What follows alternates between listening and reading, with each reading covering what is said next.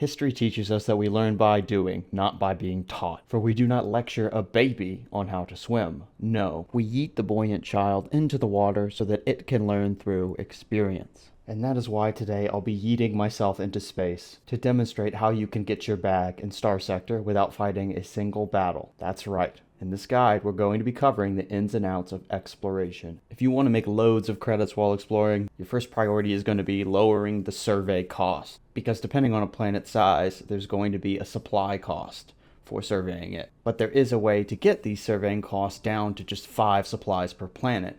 That's going to be having ships with the surveying equipment hull mod. At the start of the game, you're not going to be able to build this into any ships, so you're going to have to work with those that already have it. That's why we picked the Apogee as our starting ship, because it already has it built in. The most accessible frigate that has surveying equipment built in is going to be the Shepherd. Shepherds also provide a decent amount of cargo capacity, so after just picking up a couple of them, you can buy some fuel and supplies and then be on your way. For the first system that you explore, I'd recommend going to the closest black hole. Black hole systems generally have a couple of planets, and they have an increased spawn rate for research stations. Research stations are incredibly valuable points of interest when you're exploring, which provide an array of blueprints and resources when you loot them.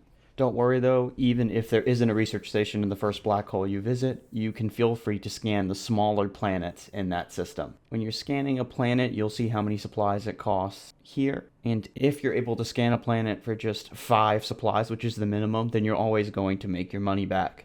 Each supply is worth about 100 credits, so 5 of them is around 500, and then the survey data for a class 1 planet, that's the lowest class, is 1,000 credits to sell that. So you will be making money even if you're unlucky with the scan. Rather than trying to predict which planets are going to be a higher class and therefore have higher survey data value, I'd recommend getting enough ships with surveying equipment so that the supply cost for scanning any planet is 5, and at that point you can just scan every planet that you come across.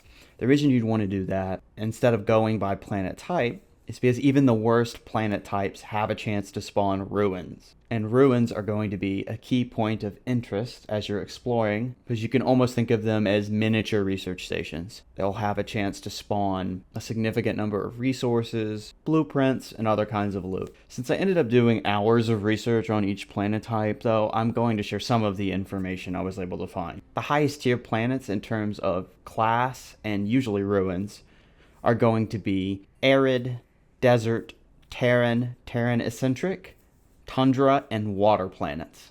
And pretty much all planet types that aren't those are going to be varying degrees of meh with a small chance of being quite good. The real losers here though are ice giants and gas giants. More often than not, they're going to be a lower class, they're not going to have ruins, and they are quite large, so they have an increased supply cost. For these reasons, if you're looking for any planets to skip when you're exploring, you absolutely should skip the ice giants and the gas giants. And then returning to that earlier list of higher tier planets, these are going to be the ones that you want to prioritize surveying. You might even find one that you'll want to colonize in the future. After you've searched your first black hole, you can of course take your loot back to the core worlds, sell it, and then go to another black hole. That's perfectly fine. However, you might want to check the intel tab to see if there's a way to monetize your exploration. Because in Starsector, there will be factions that offer exploration missions where you would scan a point of interest or survey a planet. Just be sure to accept the exploration mission before you set out,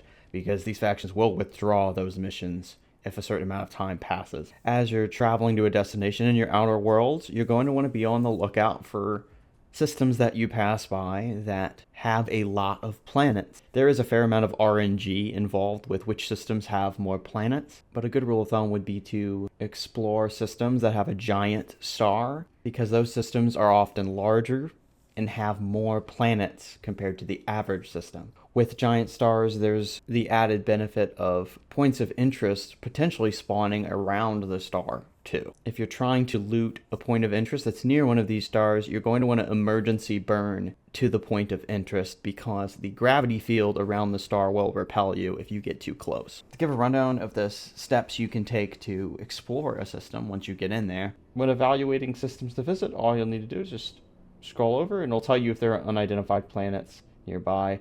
In this system here, it doesn't look like there are any unidentified planets, so we'd want to deprioritize that. There's no planets to scan, so it's unlikely there's going to be any good loot.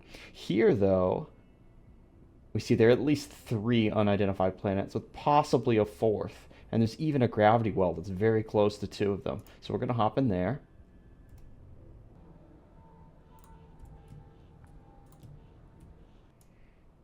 Alright, great. And this is just fantastic. This is exactly the kind of system you'd want to be exploring towards the beginning of the game, because our potential for loot is quite good. So what we'll do is we would just do a loop. We would bounce over, we would survey these systems here, bounce down to this one, then this one, head back over here, and then we can transverse jump.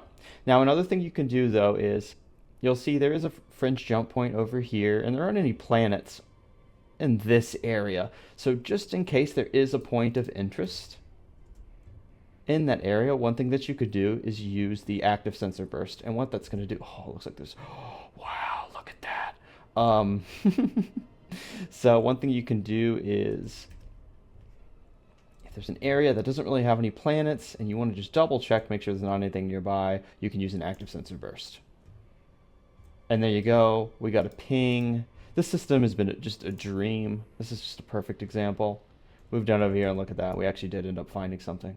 But there are other things to pillage out there. You'll have mining stations, equipment caches, domain era probes, and debris fields. When inspecting these areas of interest, there is a fair amount of RNG. Some will give you hardly anything, while others give you things like AI cores, colony items, and blueprints.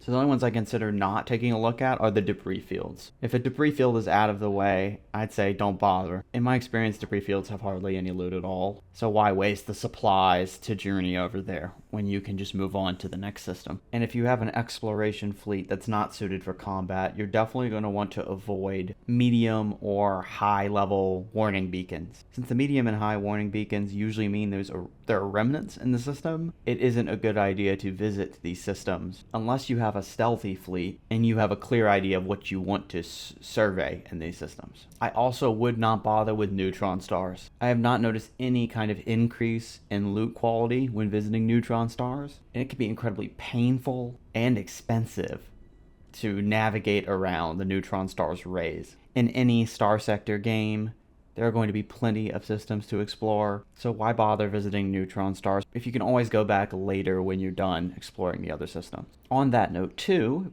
if you go to your map, you can use the filters down below to see which systems you visited and those that have a warning beacon. If you're a completionist, this is a handy way to check your progress in exploration. In terms of fleet composition, once the profits start to roll in from all those surveys, your first priority, of course, is going to be getting more ships with surveying equipment, and then after that you'll want to increase your cargo capacity and fuel capacity. Early pickups for me would be Ventures, because they have surveying equipment built in and a good amount of cargo capacity. Phaeton, so that my fleet can travel around for a longer amount of time. And for cargo, Buffalo or Colossus work well. On these ships that you acquire, you're going to want to install militarized subsystems if they have a civilian hull. This will increase their burn speed and reduce their sensor profile. In addition to that, for fuel ships, you'll want to install the hull mod that expands your fuel capacity. And for cargo ships, you'll want to install the expanded cargo hull mod. With these in place, you'll be able to get more value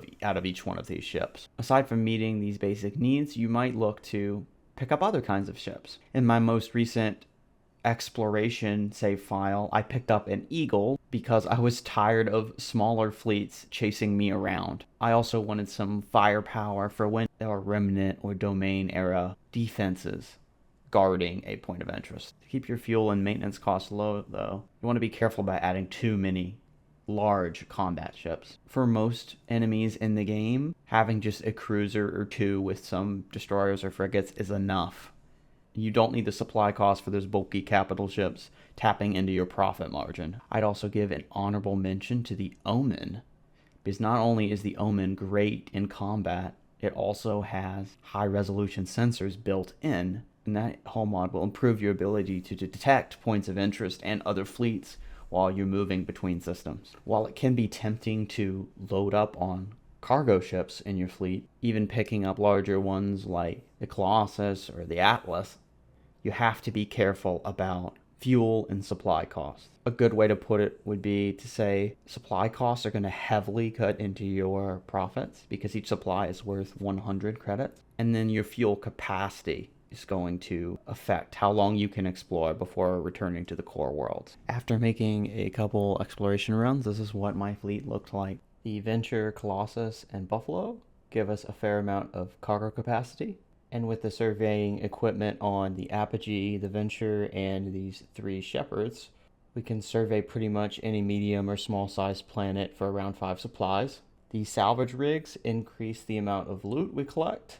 And with 2 Phaetons, we can sustain a pretty decent sized fleet for a while without running out of fuel. And the Mule that we have here is partly for combat, but mostly just for extra cargo capacity. It was a derelict ship that we picked up for free. If you're looking to acquire larger and larger piles of credits, a commission with Tri-Tachyon is a no-brainer. You're already likely to be in good relations with them after handing over AI cores to them, and Tri-Tachyon isn't as likely as other factions to be at war with others. Once you have taken a commission with a faction, a stipend will roll in every month, and if you're running an exploration fleet, which is efficient with fuel and supplies, a lot of this stipend is just going to be pure profit. And given the amount of time that passes when you're moving between systems, the extra revenue you get from commissions can be worth the while. You'll just have to be careful if Tri-Tachyon does go to war with other factions, but you won't want to visit those when you're coming back from a trip. On the topic of loot, let's touch on the most valuable items you'll be looking for when exploring. First, I want to mention the surveying equipment blueprint. Now, depending on what you're going for, you may sell some of the blueprints that you collect, but there are some you won't want to sell, and one of those is the surveying equipment blueprint.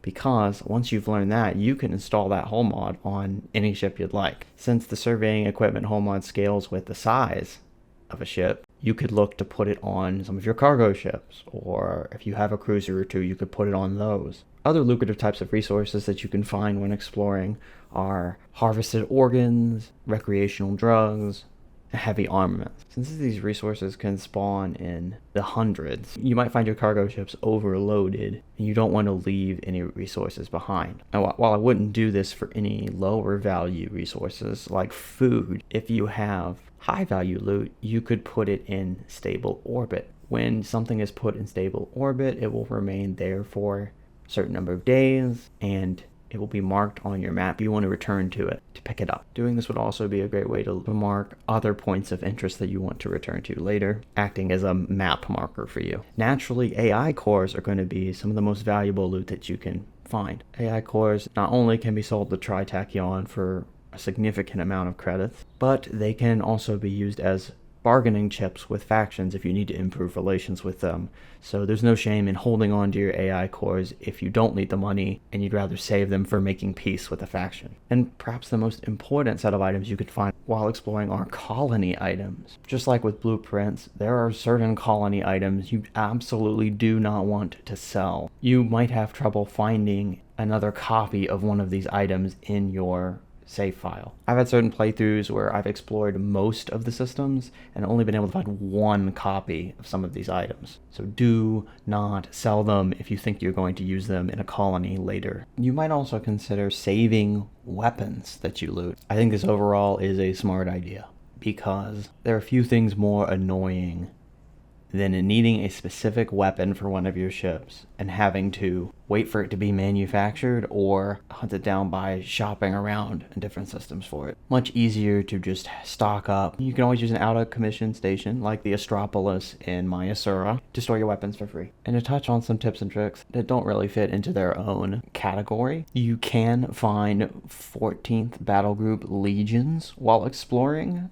I've been able to find at least one in every save file that I've had. And if you're even somewhat interested in building a fleet for combat, you should pick these up. If you're curious about whether the descriptor on ruins matters, I would say kind of, but no. After documenting what scattered, widespread, and extensive ruins provide. I had a case where scattered ruins provided 1,500 food and a corrupted nanoforge. So, having said that, you should be searching every single ruin you come across, no matter the size. Also, if you're looking for loot, then absolutely prioritize black holes, red giants, blue giants, yellow giants, all the giant stars. However, if you're looking to colonize a planet, these systems, the giant star systems and the black hole systems, are going to have lower quality planets. So they're unlikely to be a good place to colonize. Now there's a lot to consider with that too, because you're not just going to be colonizing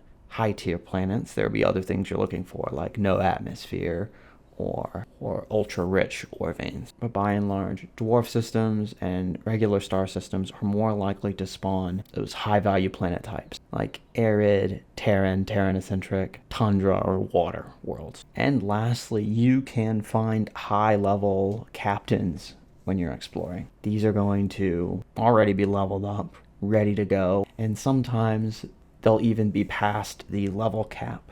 So you're going to want to keep them no matter what. When you're building out your fleet in the later stages of the game, one of the best ways to improve a ship's performance is to have the ship be piloted by a good captain. With that all being said, I'll drop my mic for now. Take it easy, and I'll see you in the next one.